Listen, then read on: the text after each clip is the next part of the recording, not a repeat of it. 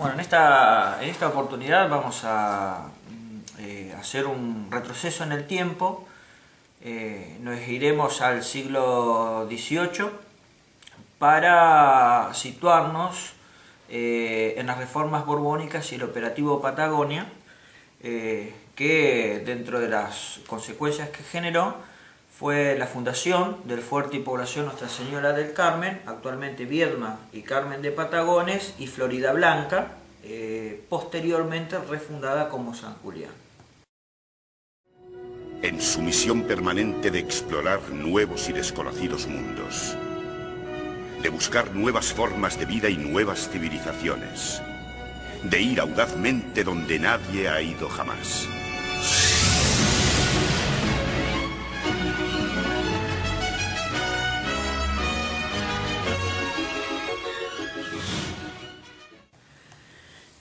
En este caso debemos considerar de que Nuestra Señora del Carmen se fundó en abril de 1779, constituyendo la población hispano-criolla más antigua de todo el cono sur argentino y chileno. ¿Más al sur que otras poblaciones? Más al sur, es decir, que podríamos nosotros trazar una parábola que uniría la cuenca del Salado, Chascomús, Montes, Rancho, Luján, Navarro, El Lobos, Río Cuarto, San Luis, San Carlos al sur de Mendoza y Valdivia, ¿no? Esa línea imaginaria desde el Atlántico al Pacífico nos demuestra hasta dónde había logrado, entre comillas, correrse la frontera sur del Río de la Plata y de la Capitanía de Chile, y que de esa línea hacia el sur era una terra incógnita, un territorio bajo predominio indígena que hasta las reformas borbónicas había pasado prácticamente desapercibidas. Bueno, ¿qué son estas reformas borbónicas? Son un conjunto de reformas políticas, económicas, sociales y administrativas que repercutieron tanto en la península ibérica como en las posesiones americanas. Y el principal referente de este movimiento intelectual e ideológico fue Carlos III, al cual también se lo denomina las reformas ilustradas, porque el rey convocó a todos los pensadores para que aportaran ideas y resolvieran cómo sacar del atraso a España. Una España que permanecía aún en el pseudo-feudalismo, mientras que Inglaterra, ya con una burguesía mucho más desarrollada, estaba en la primera revolución industrial y dando los primeros pasos hacia el capitalismo. Eso es en definitiva. Las reformas tuvieron un claro objetivo, tratar de darle impulso a la economía y a la sociedad española para volver a situarla a los primeros planos. Por ello las reformas comenzaron en la misma España. Uno de estos pensadores, llamado José Jovellanos, fue quien tuvo a su cargo, entre comillas, el Ministerio de Infraestructura. Y si España, un espacio geográfico tan reducido, pero no tenía obras de infraestructura, las regiones estaban absolutamente incomunicadas. Entonces la realización de puentes, de caminos, de otras vías, resultaba central como para que también el rey pueda llegar con todo su poder. Y aquí también se plantea otra cuestión, de jerarquizar la figura del rey, que estaba muy apichonada, aún para el siglo XVIII.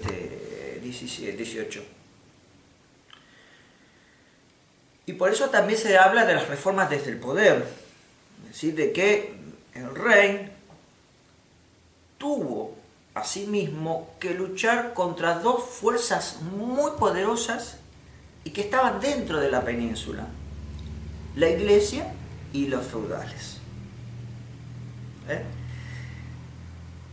Asimismo, cuando se analizó la situación en América, y esto que verdaderamente es sorprendente, es decir, que en aquel entonces, sin las tecnologías de nuestros días, pudieron llevar adelante un proyecto a escala continental. Una cosa, un despliegue verdaderamente descollante, asombrante. Piensan en cómo, cuando analizan la situación en América, las principales reformas políticas tienen que ver con crear los virreinatos. Por ello se crea el Virreinato del Río de la Plata en 1776. Establecer una figura española de la mayor confianza del rey como principal responsable de la administración. O sea, el Virreinato del Río de la Plata fue creado 2 años después de la independencia norteamericana de Inglaterra. Claro. Y que también está todo muy unido. Obviamente que los conflictos que tuvo Estados Unidos con Inglaterra, como después también con Francia, ¿no? Ello también participó en las decisiones que después toma el rey y los funcionarios que lo acompañaban. Pero aquí después se viene este caso en el cual el surgimiento de la Revolución Industrial planteó de que vastos espacios de las posesiones españolas en América comenzará a tener un rol mucho más visible, estratégico, como los recursos pesqueros, los lobos, ballenas, pingüinos, el estrecho de Magallanes, la ruta del Cabo de Hornos, la jerarquización del paso allí por lo que hoy es el canal del Istmo de Panamá. Vieron que posesiones en América estaban siendo además pretendidas por naciones rivales. Este es el análisis. Uno imagina esos bocetos de los que disponían en aquel entonces del continente americano, que distaban bastante de lo que finalmente son. Analizan de cómo el oeste de Estados Unidos estaba siendo ocupado por los siberianos, que explotaban los recursos de la peletería, los osos y otros mamíferos, los más perjudicados en esta economía, de cómo en Centroamérica, Francia y Holanda estaba expandiéndose, cómo Portugal y sus posesiones en lo que actualmente es la República Federativa de Brasil amenazaban con llegar hasta prácticamente al Río de la Plata. Bueno, tenían colonia en Sacramento allí enfrente de la ciudad de Buenos Aires. Y en el caso que más nos convoca, la de Inglaterra, que desde al menos la década de 1840 estaba siendo visible en el litoral patagónico. Y para ello había que idear una solución. ¿Cómo hacemos? Y en ese entonces, la idea de la pertenencia del territorio se fundamentaba en quién la ocupaba. ¿Quién tenía? A ver, demostrame que tenés una ocupación. Ya no valían más las bulas papales, ni decir, no, porque acá hace 250 años pasó fulanito de tal y dejó algún vestigio.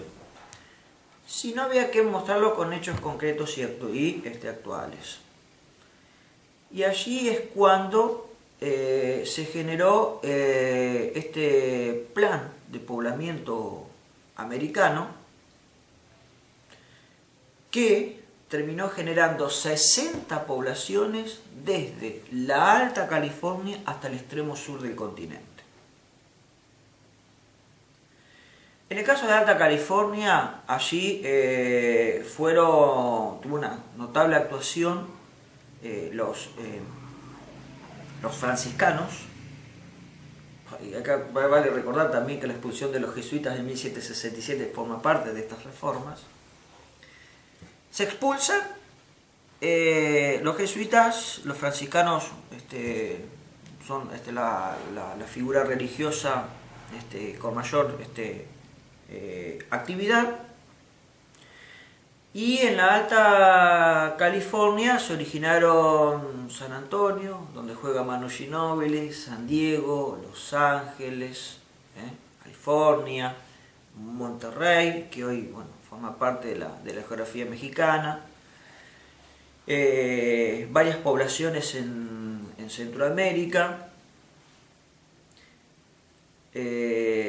También allí vamos a mencionar ya en el ámbito rioplatense a Gualeguay, Gualeguaychú, Concepción del Uruguay, que se fundaron en 1782, Pando, Rocha, Camarones, San José de Mayo. Se rehabitó Colonia del Sacramento, que prácticamente estaba destruida, con muy poca presencia humana, y hasta Montevideo. Y otras poblaciones como Santa Bárbara, Santa Lucía, que hoy pertenecen al estado de Río Grande do Sul. Fuerte población Nuestra Señora del Carmen y Florida Blanca, allí en el extremo sur del continente. Así que, ¿cómo tenemos una conexión? ¿Cómo no deslumbrarlos pensando en que nuestros orígenes son iguales a San Antonio, a California, ¿no? Así, o San Diego, a estas grandes urbes hoy de Estados Unidos? Fue verdaderamente un operativo de gran envergadura. A diferencia de las poblaciones de América del Norte y de América Central, en el caso del Río de la Plata y de las costas patagónicas, además se generó una corriente migratoria desde la península ibérica hasta estas regiones.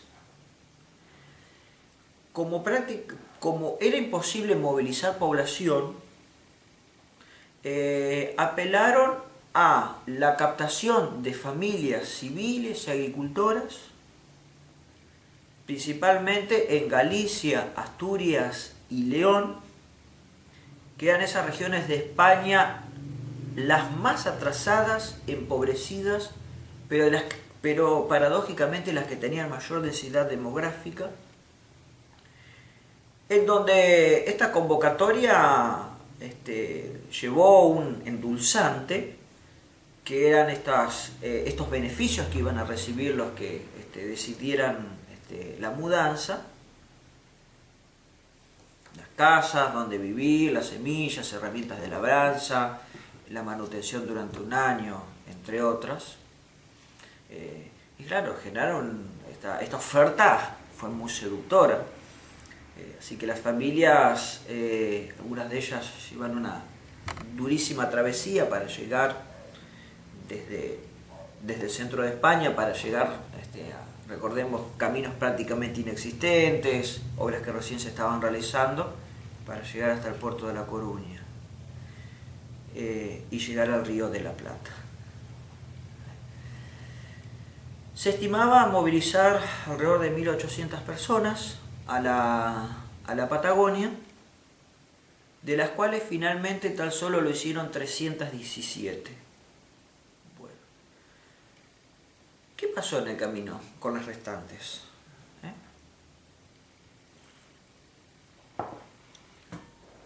Y aquí es cuando comienza a tener también su papel el virrey de Vértiz, quien sabía del operativo,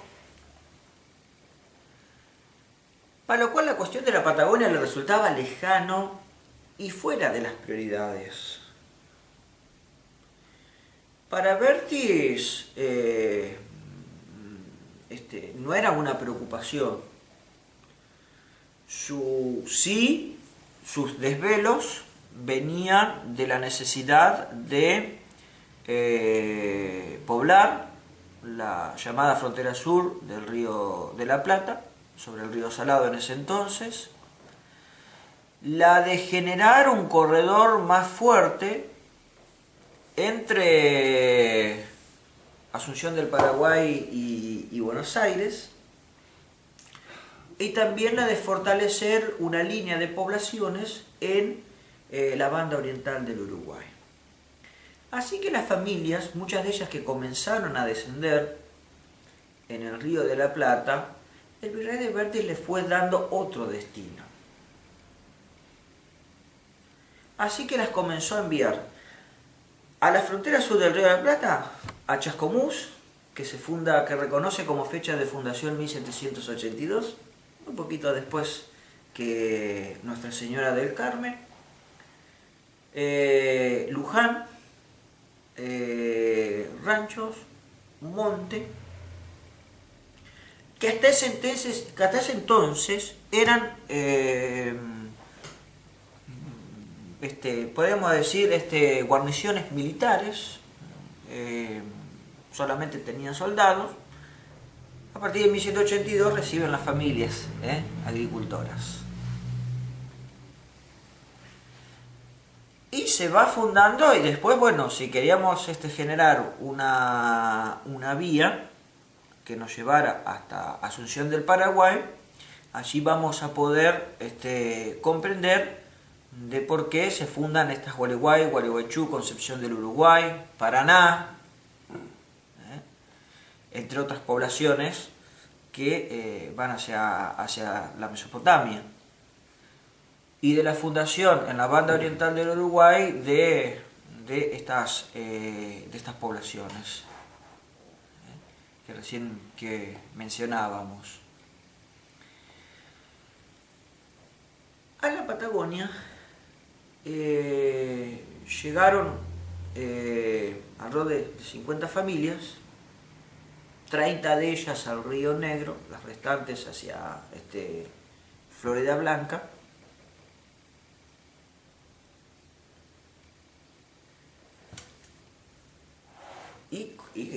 Y esto, es decir, estas familias quedaron insertas en un territorio bajo dominio indígena y a 15 días de distancia del Río de la Plata. Esta condición de la lejanía y de la soledad.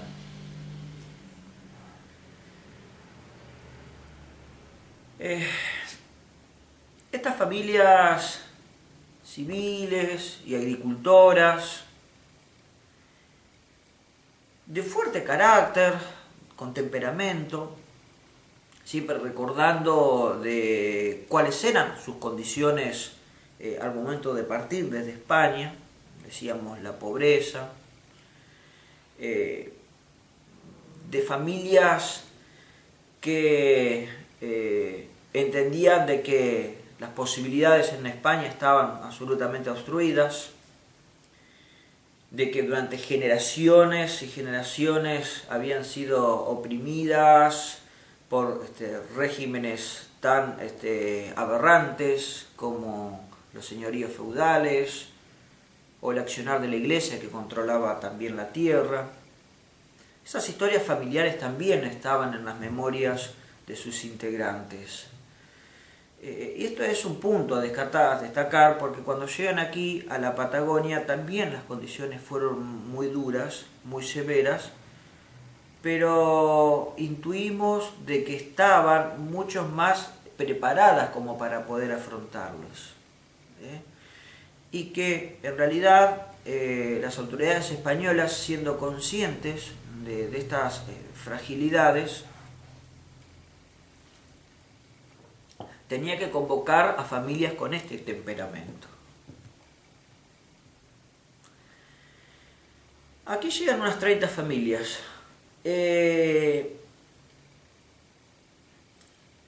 Las cuales se encuentran con que, bueno, las condiciones eran realmente difíciles. En que la situación de España también era muy compleja. No nos imaginemos la España de los siglos anteriores que derrochaba a troche y moche las riquezas que sacaba de América. No imaginemos esa España, sino una España muy empobrecida y que el rey Carlos III fue consciente de que esas riquezas derrochadas no habían servido para crear una burguesía en la misma península ibérica, sino que habían, ¿qué cosa? Generando lo que va a ser el capitalismo, la revolución industrial en otros espacios del continente. España financia, sin querer financia, Entonces por eso esta familia, claro, pero España estaba, realmente le urgía la necesidad de generar estas poblaciones en la Patagonia, porque ni pensar en que podía perderlos en manos de su principal nación rival como Inglaterra. Se comprometió ante estas familias, siendo consciente de que no iba a poder responder en tiempo y en forma, podemos decir. Entonces las familias comenzaron a llegar acá. ¿Las casas dónde están? No están, no, las casas no están. En realidad, las familias habían llegado un par de meses después que la misión expedicionaria, donde viene Francisco de Viedma y donde tenía que generar las condiciones de base como para después, recibir a las familias agricultoras. No había ningún grado de avance. Y estos compromisos se vieron parcialmente efectivizados. España trató de auxiliarlos en la medida de lo posible, pero no fue suficiente. Entonces nosotros sostenemos de que España se tomó la cuestión de la Patagonia en serio, pero que no estaba en condiciones políticas, económicas y administrativas de poder concretarlo, ¿no? Por eso, en definitiva, esta ocupación espacial se ejecutó a medias. Y esto va a ser también una de las... esta situación agónica de España va a tener su incidencia en los movimientos de principios del siglo XIX, ¿no? En América hispana. Así que estas familias, quedan, y aquí es cuando nuestras familias quedan aquí, y el contraste geográfico fue importante. Las regiones de España donde procedieron,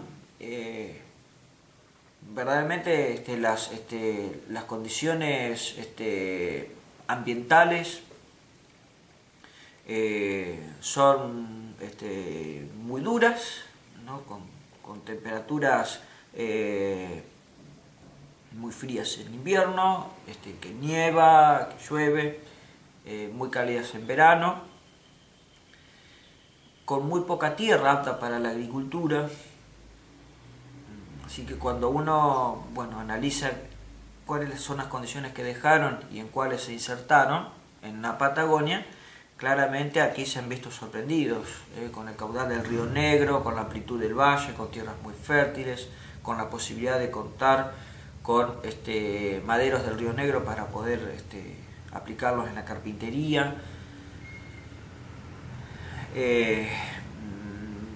Condiciones meteorológicas mucho más favorables, con podemos decir primaveras y otoños muy prolongados, con inviernos breves, de tan solo 2 a 3 meses, con rigurosidad. Pero el gran contraste fue cultural, ¿no? La presencia de los autóctonos, de los tehuelches mapuches, que forman parte de también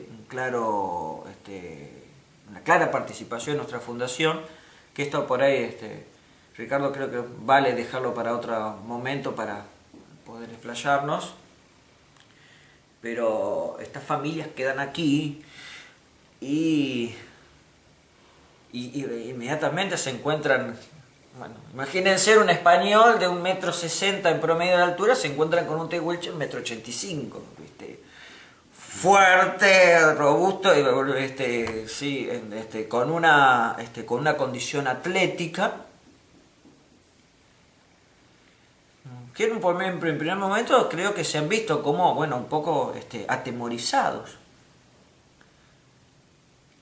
Pero en rigor después fueron descubriendo que tenían más los puntos en común que aquellos que los distanciaban.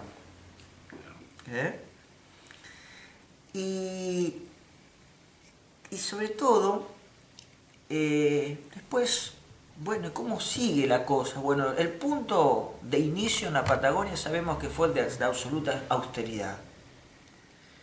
Pero después cabe preguntarse cómo, para ya 1810, en donde podemos contar con algunos inventarios de estas familias, cómo habían logrado hacerse de un patrimonio verdaderamente muy importante, aún más pensando en estas lejanas poblaciones. ¿Cómo lograban haber reunido una cantidad de pesos fuertes que en algunos casos estas familias colaboraban en la financiación del fuerte de Patagones? ¿Cómo fue posible? Si los puntos de inicio fueron tan austeros, la presencia del otro cultural, los autóctonos, que a priori de nuestras imágenes estereotipadas, ideologizadas, los tendríamos como los principales conspiradores contra la población. Nos encontramos con que aquellas familias, y esto vale también poner en negrita, cuando hablamos de familias son papá, mamá y los niños. Esto como para generar también una historia mucho más integrada. Y fueron aquellas familias que tuvieron altísima sensibilidad, esa cuota de inteligencia, para poder entender cómo funcionaban las cosas en estos espacios más allá de la frontera. Porque ninguna de estas familias trajo consigo un libro o un instructivo de cómo moverse en estos espacios. Porque en realidad esta población y después Florida Blanca tuvieron condiciones de gran excepcionalidad. No podían aplicar aquí lo que había resultado en las poblaciones de la frontera, como Chascomús, que estaba a un par de días de viaje del Río de la Plata. Esas aquí quedaban invalidadas. Entonces es ese sentido común en donde se tuvo que desplegar en toda su dimensión, para que cada familia y después en su conjunto pudieran descubrir cuál era ese recetario que le iba a permitir en un primer momento sobrevivir y después tener expectativas de acumulación. No está España, porque después, bueno, España, ¿cómo? No, España mueve a la familia con los compromisos, pero para 1784 Florida Blanca se levantó, por las penurias que estaban pasando las familias y porque estaban a un mes de viaje desde el Río de la Plata, y el virrey de Bertis no estaba dispuesto a invertir en un proyecto que él desde un principio no entendió y que en ese entonces consideraba totalmente insólito. Y el fuerte del Río Negro logró resistir a esa decisión. Por lo tanto, los pobladores quedaron librados hacia su propia suerte. Y cómo... bueno, y aquí es cuando empiezan a decir, ¿cómo hacen, viste? Las familias y se empiezan a ligar con las tolderías indígenas. Empiezan a descubrir que en realidad indios y cristianos no solamente podían compartir un espacio, sino que en esta suma de voluntades poder tener beneficios en común. Y el gran animador de estas relaciones fue el comercio. El comercio. Así que en este anticipo podemos afirmar que las familias que lograron una acumulación testimoniable en los inventarios de principios de 1810, lo lograron a partir del comercio interétnico. Y en estas facultades también que tenían los pobladores españoles en la Patagonia, de poder reciclarse, de poder, bueno, no insistir como, obviamente que no apoyo esta moción, pero de los gallegos como brutos o torpes, sino que fueron los mismos gallegos los que en un momento dijeron, pero con la agricultura no vamos a prosperar. Y apostaron al comercio, a establecer un contacto mucho más fluido y sostenido con los habitantes patagónicos, y poder allí sí explotar una economía que le trajo resultados. Bueno, eso es... Te voy a hacer una pregunta con respecto a esa economía, ¿no? Los gallegos, los maragatos que vivían acá, ¿qué tipo de impuestos pagaban, por ejemplo, al rey o al virreinato, o quedaba en el mantenimiento solamente de la fortaleza? No, pagaban impuestos. Sí, se pagaban impuestos. En un primer momento estuvieron exceptuados, pero luego sí. En esto también, esto es importante. No hay Estado posible sin recaudación, ¿no? Es decir, es imposible. ¿Cómo podés sostener el fuerte? ¿Cómo podés sostener a los empleados que estaban en él? No solamente había militares en el fuerte, sino estaban los empleados.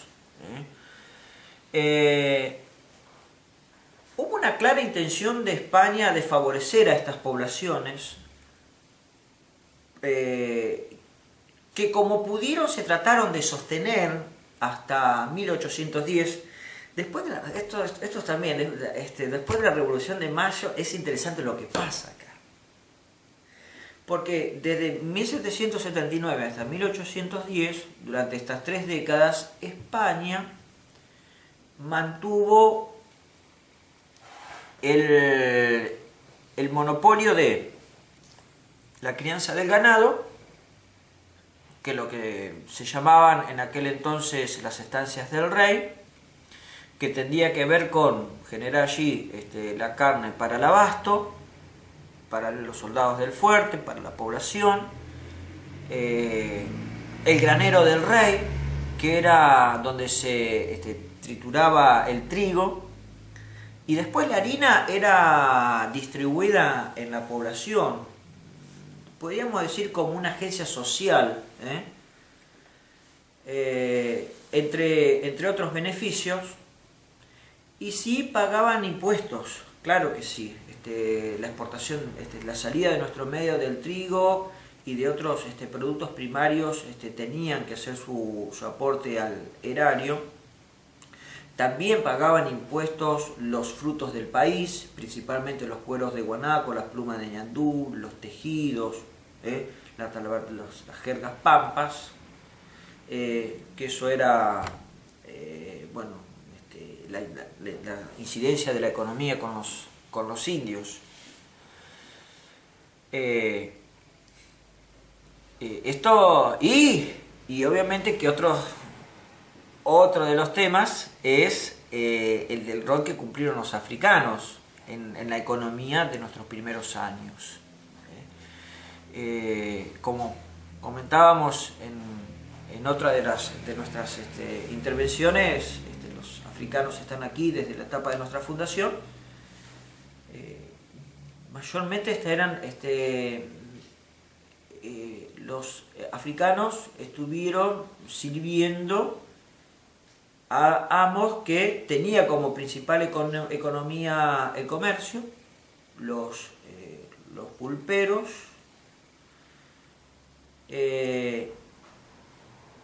porque durante los primeros años la agricultura no fue una economía que pudo aspirar a la acumulación.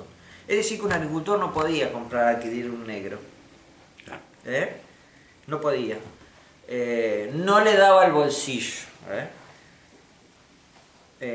Y ahí vemos, claro, podemos decir, bueno, ¿quiénes podían tener negros? No sé si tanto como en condición de esclavo, esto habría que analizarlo con mayor afinación. Y que también, es decir, que porque aquí vemos también algunos morenos que forman parte del comercio, de que cambian de amo en estos periodos. Esto era registrado en la administración del fuerte y también en la contabilidad. Por ello es posible conocer algunos casos donde afortunadamente se logró conservar la documentación de origen, pero esto no estaba totalmente liberado, sino que cuando un moreno formaba parte de una transacción, eso quedaba registrado en el fuerte no solamente como un acto administrativo, sino también en las finanzas, porque allí también captaba algunos de los recursos. O sea, algo así como comprar y vender un auto que necesitas el 08. Claro, sí, claro, sí.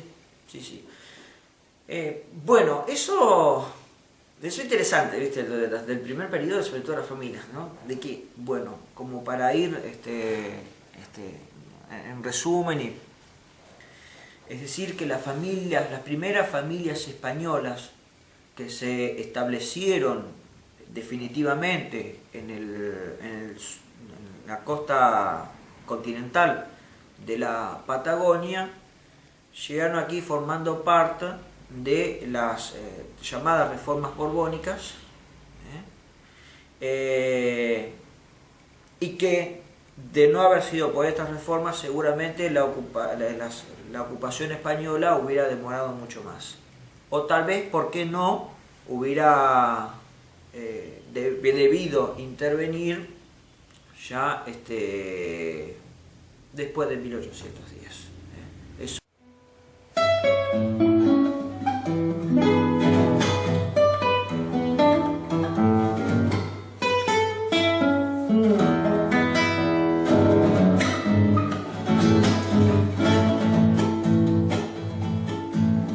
La tierra canta en sus venas, suave redonda de rollo, que son ajeros de piedra, las encuequitas en el